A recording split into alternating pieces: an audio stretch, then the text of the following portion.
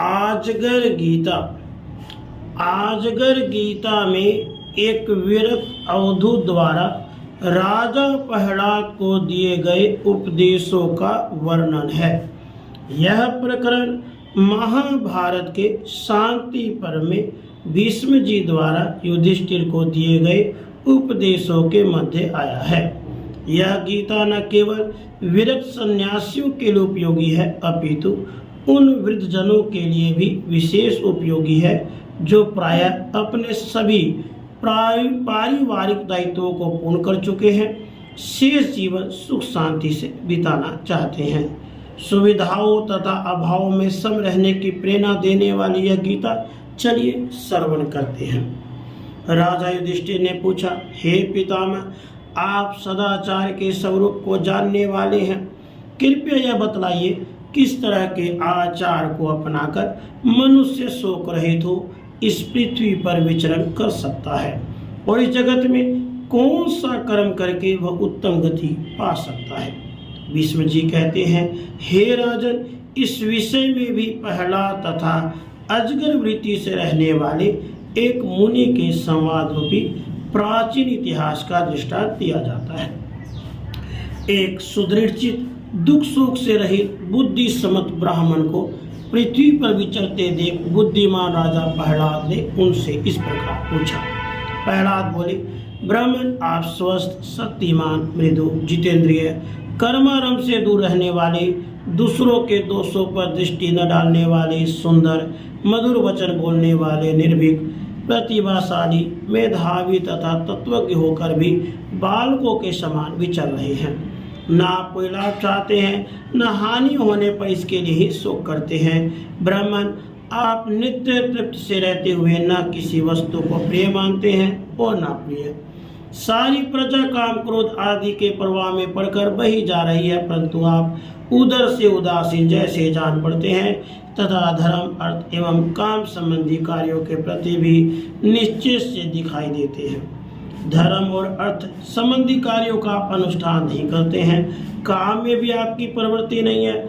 आप इंद्रियों के संपूर्ण विषयों की उपेक्षा करके साक्षी के समान मुक्त रूप से विचरते हैं।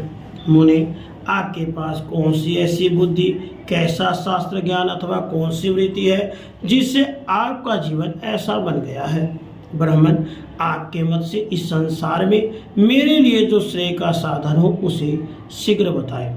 भीष्म जी कहते हैं, राजन, प्रहलाद के इस प्रकार पूछने पर लोक धर्म के विधान को जानने वाले उन मेधावी मुनि ने उनसे मधुर एवं सार्थक वाणी में इस प्रकार कहा। प्रहलाद, देखो, इस जगत के प्राणियों की उत्पत्ति बुद्धि, हास और विनाश कारण रहित सत्स्वरूप परमात्मा से ही हुए हैं। इसी कारण मैं उनके लिए न तो हर्ष प्रकट करता हूँ और न व्यथित ही होता हूँ।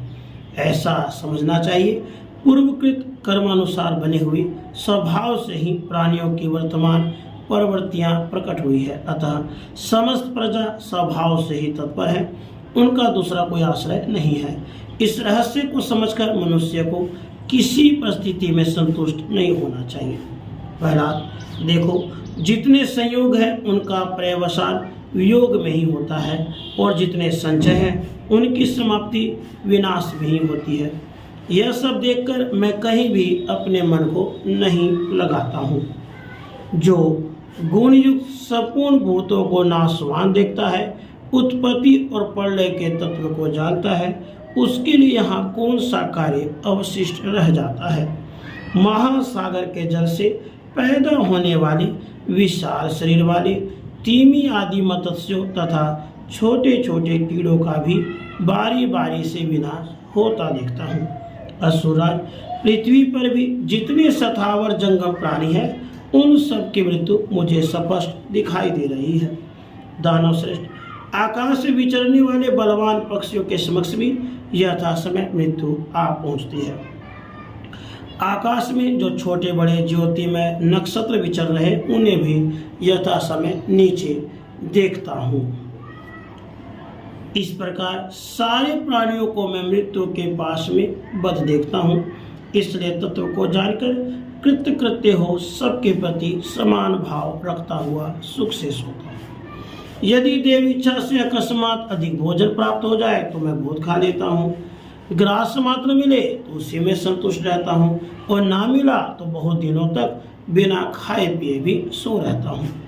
फिर कितने ही लोग आकर मुझे अनेक गुणों से संपन्न बहुत सान खिला देते हैं। पुनः कभी बहुत थोड़ा, कभी थोड़े से भी थोड़ा भोजन मिलता है, और कभी वह भी नहीं मिलता। कभी चावल की कन्नी खाता हूँ, कभी तिल की खली खा लेता हूँ, कभी अगहनी के चावल का भाग भरपेट खाता हूँ। इस प्रकार मुझे बढ़िया घटिया सभी तरह के भोजन बारंबार प्राप्त होते रहते हैं। कभी पलंग पे सोता हूँ, कभी पृथ्वी पर ही पड़ा रहता हूँ, और कभी कभी मुझे महल के भीतर बिछी हुई बहुमूल्य सैया भी उपलब्ध हो जाती है। मैं कभी भी चिथड़े अथवा वलकल पहन कर रहता हूँ, कभी सन के, कभी रेशम के, कभी मृगचर्म के वस्त्र धारण करता हूँ। कभी एक काल में बहुत से बहुमूल्य वस्त्रों को ही पहन लेता हूँ। यदि देववश मुझे कोई धर्मानुकूल भोग्य पदार्थ प्राप्त हो जाए तो मैं उनसे द्वेष नहीं करता हूँ, और प्राप्त होने पर किसी दुर्लभ भोग की भी कभी इच्छा नहीं करता। मैं सदा पवित्र भाव से रहकर इस अजगर वृत्ति का अनुसरण करता हूँ। यह अत्यंत सुदृढ़, मृत्यु से दूर रखने वाली, कल्याणमय, शोकहीन, शुद्ध, अनुपम और विद्वानों के मत के अनुकूल है। मूर्ख मनुष्य न तो इसे मानते हैं और न इसका सेवन ही करते हैं। मेरी बुद्धि अविचल है, मैं अपने धर्म से च्युत नहीं हुआ हूँ। मेरा सांसारिक व्यवहार परिमित हो गया है। मुझे उत्तम और अधम का ज्ञान है। मेरे हृदय से भय, राग, द्वेष, लोभ, मोह सब दूर हो गए हैं। पवित्र भाव से रहकर इस अजगर व्रत का आचरण करता हूँ। यह अजगर संबंधी व्रत मेरे हृदय को सुख देने वाला है। इसमें भक्ष्य, भोज्य, पेय, फल आदि के मिलने का कोई नियत व्यवस्था नहीं है। अनियत रूप से जो कुछ मिल जाए उसी से निर्वाह करना होता है। इस व्रत में प्रारब्ध के परिणाम के अनुसार देश और काल का विभाग नियत है। विषय लोलुप नीच पुरुष इसका नियमन नहीं करते। मैं पवित्र भाव से इसी व्रत का आचरण करता हूँ। जो यह मिले वह मिले इस प्रकार तृष्णा से दबे रहते हैं और धन न मिलने का निरंतर विषाद करते हैं। ऐसे लोगों की दशा चित्र देखकर तात्विक बुद्धि से संपन्न हुआ मैं पवित्र भाव से इस आजगर व्रत का आचरण करता हूँ। मैं बारंबार देखता हूँ कि श्रेष्ठ मनुष्य भी धन के लिए दिन भाव से नीच पुरुष का आश्रय देते हैं। यह देखकर मेरी रुचि प्रशांत हो गई है। अतः मैं अपने स्वरूप को प्राप्त और सर्वथा शांत हो गया हूँ। पवित्र भाव से इस आजगर व्रत का आचरण करता हूँ। सुख दुख, हानि लाभ, अनुकूल प्रतिकूल, जीवन और मरण ये सब देव के अधीन है। इस प्रकार यथार्थ रूप से जानकर मैं शुद्ध भाव से इस आजगर व्रत का आचरण करता हूँ। मेरे भय, राग, मोह, अभिमान नष्ट हो गए हैं। मैं धृति, मति, बुद्धि से संपन्न एवं पूर्णतया शांत हूँ। प्रारब्धवश स्वतः अपने समीप आई हुई वस्तु का ही उपभोग करने वालों को देखकर मैं पवित्र भाव से इस आजगर व्रत का आचरण करता हूँ। मेरे सोने बैठने का कोई नियत स्थान नहीं है। मैं स्वभावता दम, नियम, व्रत, सत्य और सोचाचार से संपन्न हूँ।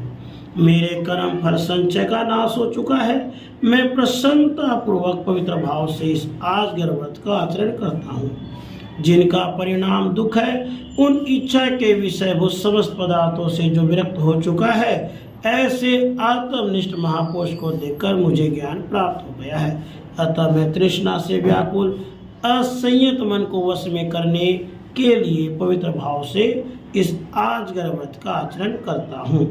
मन, वाणी और बुद्धि की उपेक्षा करके इनको प्रिय लगने वाले विषय सुखों की दुर्लभता, अनित्यता, इन दोनों को देखने वाले की भांति मैं पवित्र भाव से इस आजगर व्रत का आचरण करता हूँ।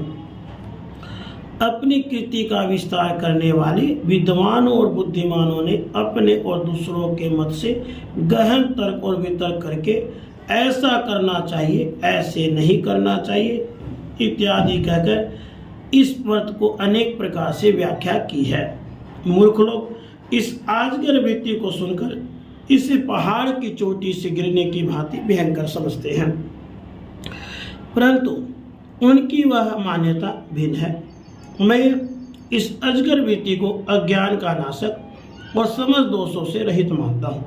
अतः दोष और तृष्णा का त्याग करके मनुष्यों में विचरता हूँ।